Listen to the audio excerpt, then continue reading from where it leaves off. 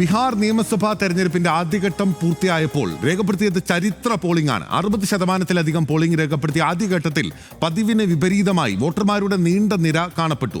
2020 തെരഞ്ഞെടുപ്പിൽ ആദ്യഘട്ടത്തിൽ 55% മാത്രമായിരുന്നു പോളിംഗ്. ഉയർന്ന പോളിംഗ് അനുകൂലമാകുമെന്ന അവകാശവാദത്തിലാണ് ഇരു സഖ്യങ്ങളും.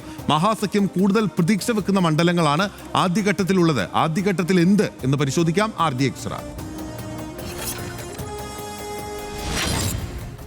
വാശിയേറിയ തെരഞ്ഞെടുപ്പ് പ്രചാരണങ്ങൾക്കും ആരോപണ പ്രത്യാരോപണങ്ങൾക്കും ഒടുവിൽ ബീഹാറിൽ ഒന്നാം ഘട്ട വോട്ടെടുപ്പിൽ ജനങ്ങൾ വിധിയെഴുതി. പ്രചാരണ ചൂട് ജനങ്ങളുടെ വോട്ടിംഗിലും പ്രതിഫലിച്ചു. ഉച്ചവരെയുള്ള പോളിംഗിൽ 10% വർധനയാണ് കഴിഞ്ഞ വർഷത്തെ അപേക്ഷിച്ചുണ്ടായത്. ഉച്ച കഴിഞ്ഞും കൂടുതൽ വോട്ടർമാർ പോളിംഗ് ബൂത്തുകളിലെത്തി. ബീഹാറിന്റെ ഭരണചക്രം മാറ്റിമറിക്കാൻ കെൽപ്പുള്ള നിർണായക മണ്ഡലങ്ങളാണ് ആദ്യഘട്ടത്തിലേത്. അതേസമയം രണ്ടാം ഘട്ടത്തിൽ തെരഞ്ഞെടുപ്പ് നടക്കുന്ന മണ്ഡലങ്ങളിൽ പ്രചാരണം തുടരുകയാണ്. പ്രധാനമന്ത്രി നരേന്ദ്രമോദി, ആഭ്യന്തരമന്ത്രി അമിത്ഷാ, പ്രിയങ്ക ഗാന്ധി അടക്കമുള്ളവർ വിവിധയിടങ്ങളിൽ റാലികളെ അഭിസംബോധന ചെയ്തു. റെക്കോർഡ് ഭൂരിപക്ഷത്തിൽ NDA വീണ്ടും അധികാരത്തിൽ വരുമെന്ന് ആവർത്തിച്ച മോദി പ്രതിപക്ഷത്തെ കടന്നാക്രമിച്ചു. ബംഗ്ലാദേശി കുടിയേറ്റക്കാർ തൊഴിലുകൾ തട്ടിയെടുക്കുകയും രാജ്യത്തിന് സുരക്ഷാ ഭീഷണി ഉയർത്തുകയും ചെയ്യുന്നതായി കേന്ദ്രമന്ത്രി അമിത്ഷാ ആരോപിച്ചു. NDA അധികാരത്തിലെത്തിയാൽ സംസ്ഥാനത്തെ നുഴഞ്ഞുകയറ്റക്കാരിൽ നിന്ന് മുക്തമാക്കുമെന്ന് അമിത്ഷാ പറഞ്ഞു. മോദി പ്രതിപക്ഷത്തെ നുണകൾ കൊണ്ട് അപമാനിക്കുകയാണെന്ന് പ്രിയങ്ക ഗാന്ധി തിരിച്ചടിച്ചു. നുണകൾ കൊണ്ടൊരു മന്ത്രാലയം മോദിക്കായി ഉണ്ടാക്കാമെന്നും പ്രിയങ്കയുടെ പരിഹാസം. RD Extra news Malayalam.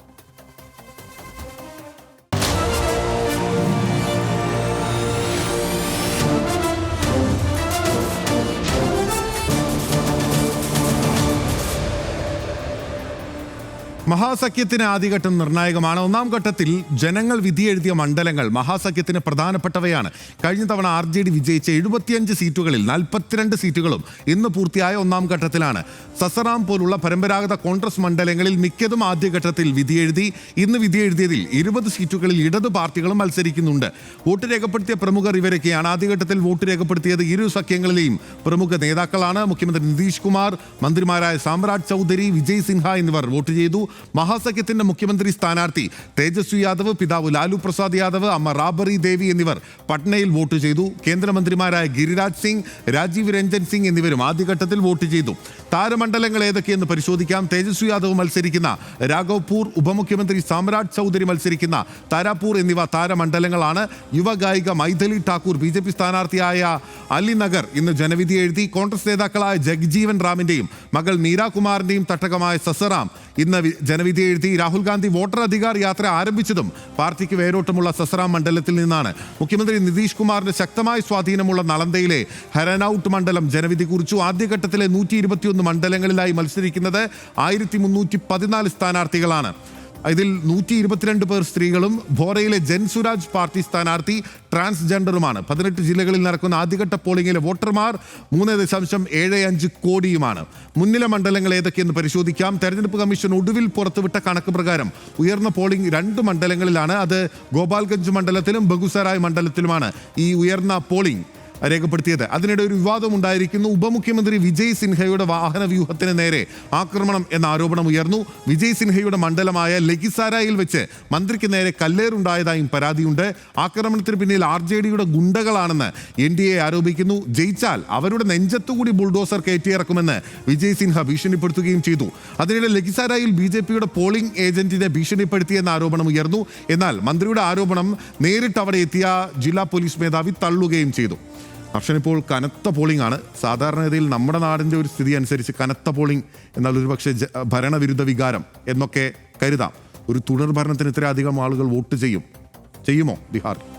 അതായത് കഴിഞ്ഞ തവണത്തെ ഇപ്പോൾ ഏറ്റവും ഒടുവിലെ കണക്കുകൾ ഇപ്പോഴും വന്നിട്ടില്ലല്ലോ. ആ ഏറ്റവും ഒടുവിലെ കണക്ക് വരുമ്പോൾ ഒരുപക്ഷെ സംസ്ഥാന ചരിത്രത്തിലെ ഏറ്റവും ഉയർന്ന പോളിംഗ് രേഖപ്പെടുത്തിയ ഒരു തെരഞ്ഞെടുപ്പ് ആവാം ഇത് എന്ന് പോലും ഇപ്പോൾ വിലയിരുത്തപ്പെടുന്നുണ്ട്. അതായത് കഴിഞ്ഞ തവണ ഒന്നാം ഘട്ടത്തിൽ രേഖപ്പെടുത്തിയതിനേക്കാൾ 8% അധികം പോളിംഗ് രേഖപ്പെടുത്തിയിരിക്കുന്നു എന്ന് ഒറ്റയടിക്ക് ഈ ഘട്ടത്തിൽ പറയാൻ കഴിയുന്ന ഒരു സ്ഥിതിയുണ്ട്. അത് കുറച്ചുകൂടി വർദ്ധിച്ചേക്കാമെന്നാണ് എനിക്ക് തോന്നുന്നത്. അപ്പോൾ ഈ ഉയർന്ന ഈ പോളിംഗ് ടേൺ ഔട്ട് അത് ആർക്കാണ് ഗുണം ചെയ്യുക എന്നതാണ് ഇപ്പോൾ പ്രധാനപ്പെട്ട ചർച്ച. ഇത് ഈ പോളിംഗ് ശതമാനം ഉയർന്നത് മാത്രമല്ല പ്രധാനപ്പെട്ട കാര്യം. ഏറ്റവും കൂടുതൽ ഇവിടെ വോട്ട് രേഖപ്പെടുത്താൻ ഈ പോളിംഗ് ബൂത്തിലേക്ക് ഇരച്ചെത്തിയത് സ്ത്രീകളാണ് എന്ന പ്രത്യേകത കൂടിയുണ്ട്. അപ്പോൾ സ്ത്രീകളുടെ ഈ വലിയ പങ്കാളിത്തം അതെന്തുകൊണ്ടാണ്? രണ്ട് കാരണങ്ങളുണ്ട്. ഒന്ന്, സ്ത്രീകൾക്ക് വലിയ പദ്ധതികൾ പ്രഖ്യാപിക്കപ്പെട്ട ഒരു തെരഞ്ഞെടുപ്പാണിത്. സ്ത്രീകളെ കൃത്യമായി ലക്ഷ്യമിട്ടുകൊണ്ട്, സ്ത്രീ വോട്ടർമാരെ കൃത്യമായി ലക്ഷ്യമിട്ടുകൊണ്ട് ഇരുമുന്നണികളും, അതിൽ പ്രധാനമായും ഇപ്പം NDA 10,000 രൂപ വെച്ച് അക്കൗണ്ടുകളിൽ എത്തിച്ചു കഴിഞ്ഞു എന്നുള്ള NDA അല്ല, സർക്കാർ ബീഹാർ സർക്കാർ. അപ്പോൾ ആ നിലയ്ക്കുള്ള ശ്രമങ്ങൾ അവിടെ നടക്കുന്നു. വലിയ പ്രഖ്യാപനങ്ങൾ ഇപ്പുറത്തുണ്ടാകുന്നു.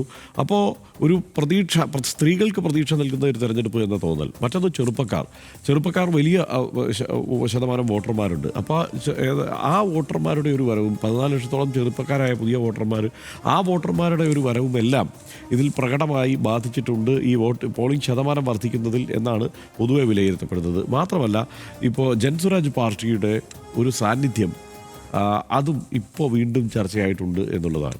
അതായത്